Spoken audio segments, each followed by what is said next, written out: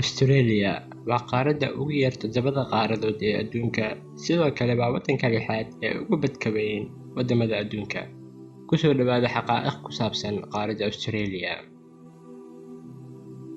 Australia waa waddan ku yaala Oceania, una dhexeeya Badweynta Hindiya iyo Badweynta Baasifiga ee Koonfureed. Waa dal madax bannaan oo ka kooban dhulweynaha qaaradda Australia, jasiiradda Tasmania, iyo jasiirado badan oo yaryar.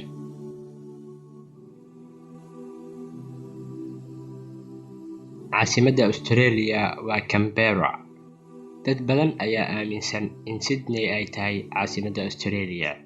Sydney waa magaalada ugu weyn Australia oo ay ku nool yihiin in ka badan 5 milyan oo qof, taasoo macnaheedu yahay in ku dhawaad 20% dhammaan dadka Australiyaanka ahi ay ku nool yihiin magaaladan weyn. Laakiin Canberra ayaa ah caasimadda dhabta ah ee Australia. Canberra waxay ku taallaa dhinaca koonfur bari ee Australia. Australia dadka ku nool waxay kor u dhaafayaan 25 milyan oo qof. Australia waa dalka 55aad ee ugu weyn adduunka iyadoo laga fiirinayo wadarta dadka ku nool. Dadka Australiyaanka ah ee ugu horeeyay ama asaliga ah waxay soo degeen Australia qiyaastii 40,000 ilaa 60,000 oo sano ka hor. Maanta dadweynaha Australia waxay ka yihiin 3.3 boqolkiiba, waxayna ku nool yihiin dhammaan magaalooyinka waaweyn ee Australia. Australia waxay hoy u tahay noocyo badan oo xayawaano ah, waxaana ka mid ah xayawaanada ugu caansan kangaroo. Kangaroo waxay astaan u tahay Australia, waxay ka muuqataa jaakadaha ciidamada ee Australia iyo qaar ka mid ah lacagteeda.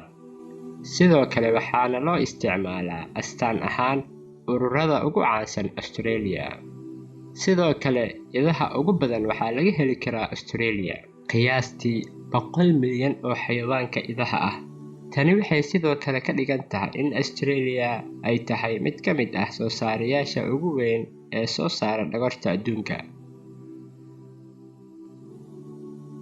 Inkastoo Australia aysan lahayn luqad rasmi ah, Ingiriiska ayaa loo tixgeliyaa inuu yahay luqadda rasmiga ah ee qaranka.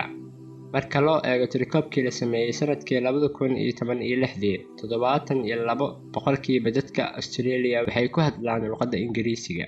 Luqadaha kale ee ku xiga dadka ugu badan ay ku hadlaan ayaa ah Mandarin-ka iyo Carabiga.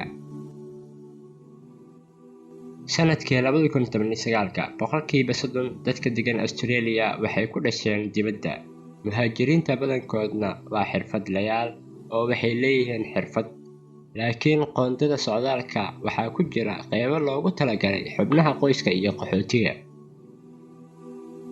Wax soo saarka Australia wuxuu gaarayaa 1.4 trilyan, taasoo ka dhigaysa dhaqaalaha 14aad ee adduunka.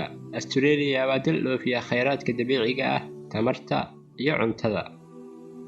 Australia waa waddan si heer sare u horumarsan, shaqo la'aan hoose, deynta dadweynaha oo aad u yar, nidaam maaliyadeed oo adag oo xasiloon.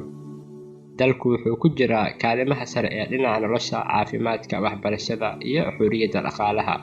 Australia waxay xubin ka tahay G20, dowladaha barwaaqo sooranka, ururka iskaashiga dhaqaalaha iyo horumarinta, ururka ganacsiga adduunka, iyo kuwo kale.